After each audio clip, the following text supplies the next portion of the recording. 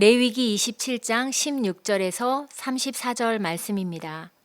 만일 어떤 사람이 자기 기업된 밭 얼마를 성별하여 여호와께 드리려 하면 마지기 수대로 내가 값을 정하되 보리 한 호멜지기에는 은 50세겔로 계산할지며 만일 그가 그 밭을 희년부터 성별하여 드렸으면 그 값을 내가 정한 대로 할 것이요 만일 그 밭을 희년 후에 성별하여 드렸으면 제사장이 다음 희년까지 남은 연수를 따라 그 값을 계산하고 정한 값에서 그 값에 상당하게 감할 것이며 만일 밭을 성별하여 드린 자가 그것을 물으려면 내가 값을 정한 돈에 그 5분의 1을 더할지니 그리하면 그것이 자기 소유가 될 것이요 만일 그가 그 밭을 무르지 아니하려거나 타인에게 팔았으면 다시는 무르지 못하고 희년이 되어서 그 밭이 돌아오게 될 때에는 여호와께 바친 성물이 되어 영영이 드린 땅과 같이 제사장의 기업이 될 것이며 만일 사람에게 샀고 자기 기업이 아닌 밭을 여호와께 성별하여 드렸으면 너는 값을 정하고 제사장은 그를 위하여 희년까지 계산하고 그는 내가 값을 정한 돈을 그날에 여호와께 드려 성물로 삼을지며 그가 판 밭은 희년에 그 판 사람 곧 그 땅의 원주인에게로 되돌아갈지니라. 또 내가 정한 모든 값은 성소의 세겔로 하되 20게라를 한 세겔로 할지니라. 오직 가축 중에 처음 난 것은 여호와께 드릴 첫 것이라. 소나 양은 여호와의 것이니 누구든지 그것으로는 성별하여 드리지 못할 것이며 만일 부정한 짐승이면 내가 정한 값에 그 5분의 1을 더하여 물을 것이요 만일 무르지 아니하려면 내가 정한 값대로 팔지니라. 어떤 사람이 자기 소유 중에서 오직 여호와께 온전히 바친 모든 것은 사람이든지 가축이든지 기업에 바치든지 팔지도 못하고 무르지도 못하나니 바친 것은 다 여호와께 지극히 거룩함이며 온전히 바쳐진 그 사람은 다시 무르지 못하나니 반드시 죽일지니라. 그리고 그 땅의 10분의 1, 곧 그 땅의 곡식이나 나무의 열매는 그 10분의 1은 여호와의 것이니 여호와의 성물이라. 또 만일 어떤 사람이 그의 11조를 물으려면 그것의 5분의 1을 더할 것이요 모든 소나 양의 11조는 목자의 지팡이 아래로 통과하는 것의 10번째 것의 건마다 여호와의 성물이 되리라. 그 우열을 가리거나 바꾸거나 하지 말라. 바꾸면 둘 다 거룩하리니 무르지 못하리라. 이것은 여호와께서 시내 산에서 이스라엘 자손을 위하여 모세에게 명령하신 계명이니라. 아멘. 오늘은 어제에 이어서 레위기 27장 말씀을 함께 나누도록 하겠습니다. 오늘은 밭을 헌납하는 서원과 초태생 서원 금지, 헤레메 무르기 금지, 11조 무르기 규례에 대한 말씀이 기록되어져 있습니다. 먼저 밭을 헌납하는 서원에 대한 말씀입니다. 16절 말씀을 다시 한번 읽겠습니다. 만일 어떤 사람이 자기 기업된 밭 얼마를 성별하여 여호와께 드리려 하면 마지기 수대로 내가 값을 정하되 보리 한 호멜지기에는 은 50세겔로 계산할지며. 이 말씀은 가나안에 들어간 이후에 각 지파에 따라 분배된 기업의 땅을 바치기로 서원한 경우에 대한 이야기입니다. 당시 토지의 가치를 평가하는 데는 두 가지 평가 기준이 있었는데요. 하나는 토지의 생산력으로 가치를 평가하는 기준이고 또 다른 하나는 희년을 기준으로 가치를 평가하는 것이었습니다.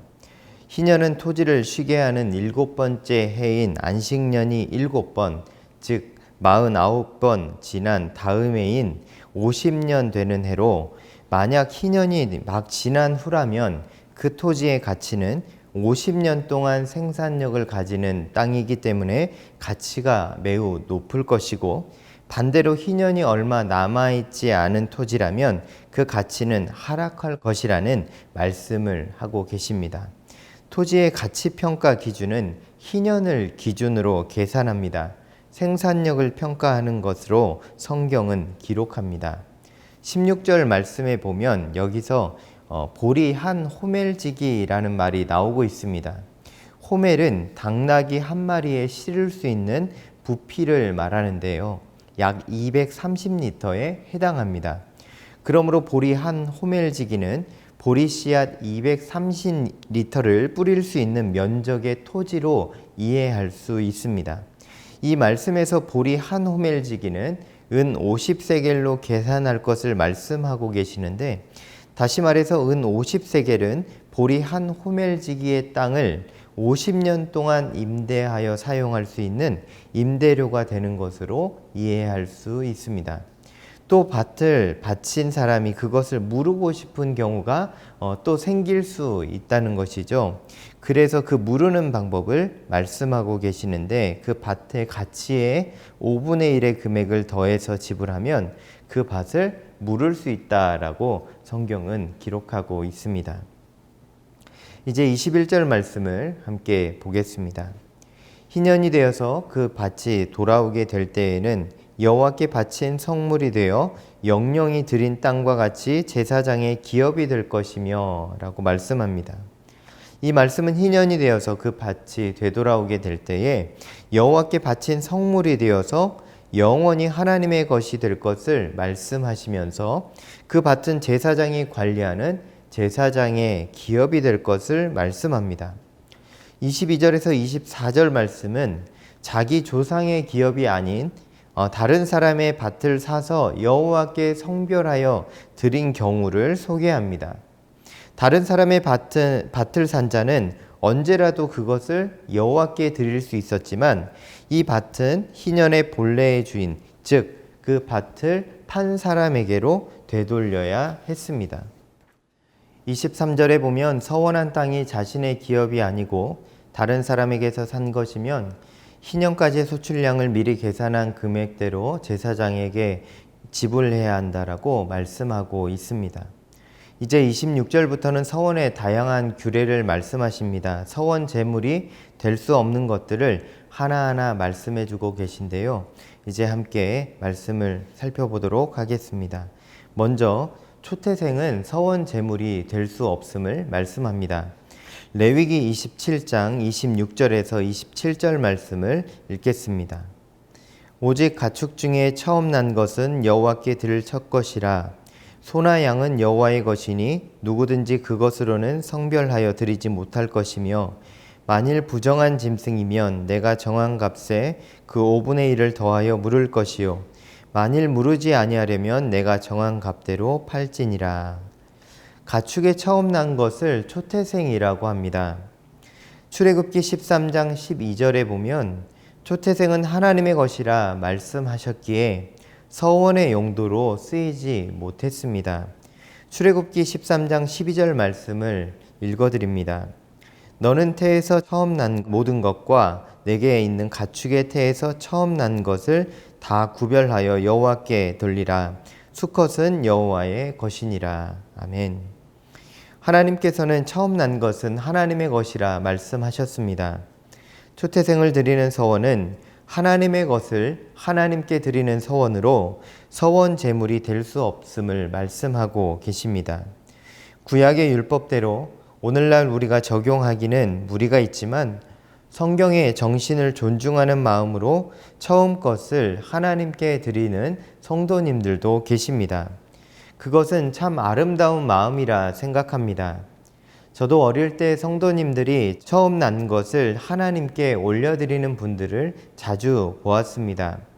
구약의 율법에는 그것이 맞지 않다 하여도 자원하는 마음으로 오늘날도 그런 정신으로 하나님 앞에 나아온다면 그것은 매우 아름다운 서원이라 할 수 있겠습니다. 이제 28절 이하에서 온전히 바친 것에 대한 말씀이 나오는데요. 여호와께 온전히 바친 것에 해당하는 히브리어는 헤렘입니다. 이것은 완전히 바쳐진 것, 전적으로 드려진 것을 말합니다. 이렇게 바쳐진 것은 가축이든 밭이든 사람이든 다시 물을 수 없었고, 그 바쳐진 것은 성소에서 제사장들에 의해 사용되는 그 목적 외에 다른 목적으로는 사용될 수 없었습니다. 이 헤렘은 신약에 나타나는 아나니아와 삽비라 이야기에서 생각해 볼 수 있습니다. 땅값을 다 바치는 것처럼 하고서 다 바치지는 않았던 그들에게 하나님의 징계가 임한 것을 우리는 보게 됩니다. 전적으로 하나님 앞에 헌납한 것을, 이미 전적으로 하나님께 드린 것을 다른 용도로 사용할 수 없었음을 생각하며 우리가 헤렘에 대한 것을 생각해 볼 수 있는 것입니다. 마지막으로 11조에 대한 말씀이 나오고 있습니다. 레위기 27장 30절 말씀입니다. 그리고 그 땅의 10분의 1, 곧 그 땅의 곡식이나 나무의 열매는 그 10분의 1은 여호와의 것이니 여호와의 성물이라. 10분의 1, 즉 11조는 하나님의 것입니다. 그렇기 때문에 하나님의 것 11조를 서원 제물로 사용해서는 안 된다라고 성경은 말씀하고 있습니다. 11조는 11조대로 온전히 드리고 서원의 예물은 따로 구별하여 드리는 것이 합당하다 말씀합니다. 우리 하나님은 순전한 헌신을 기쁘게 받으십니다. 11조의 교훈을 가르치실 때에도 말라기 3장 8절에 보면 구약의 백성들이 11조만 드린 것이 아님을 알 수 있습니다. 말라기 3장 8절 말씀을 읽겠습니다. 사람이 어찌 하나님의 것을 도둑질하겠느냐? 그러나 너희는 나의 것을 도둑질하고도 말하기를 우리가 어떻게 주의 것을 도둑질하였나이까 하는도다. 이는 곧 11조와 봉헌물이라. 여기서 보면 11조와 그리고 봉헌물이라 기록되어 있습니다. 11조는 기본이고 또 다른 봉헌물을 드렸다라는 겁니다. 이것이 구약에서 드림의 서원의 정신입니다. 11조는 최소한의 헌신이었습니다. 하나님이 축복하시면 제 10분의 1 이상도 주님께 드리겠습니다라고 고백하는 사람은 10분의 1 이상도 드릴 수 있는 하나님의 축복이 주어지게 됩니다. 기독교 역사에서 보면 10분의 1, 10분의 2, 10분의 3을 드렸던 하나님의 사람들이 많이 있습니다. 바로 그런 분들의 헌신을 통하여 복음의 위대한 역사가 지금까지 이루어져 왔음을 우리는 부인할 수 없습니다. 사실 구약시대 이스라엘 사람들에게 이 율법의 말씀은 무거운 짐으로 다가왔을지도 모릅니다. 그러나 오늘 우리 그리스도인들은 달라야 합니다. 왜냐하면 오늘 우리의 드림과 헌신의 이유는 단순히 율법을 따라 행하는 것이 아니기 때문입니다. 하나님께서 우리에게 이미 소중한 선물 그리고 놀라운 은혜를 주셨습니다. 바로 우리를 구원하신 독생자 예수 그리스도입니다.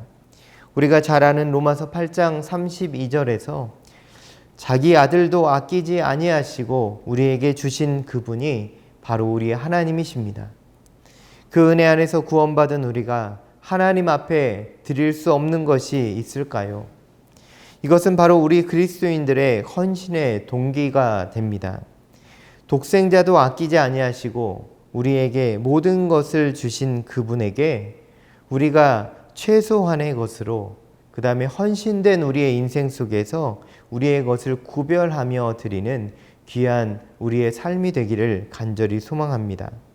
어떤 것을 하나님께 드릴 때에 아까워하는 마음이나 드리고 싶지 않은 마음들 그리고 수많은 생각들이 우리를 지배할 수 있지만 그 모든 것을 우리에게 주신 하나님께 우리의 것을 기꺼이 올려드리는 귀한 믿음이 우리 가운데 있기를 소망합니다.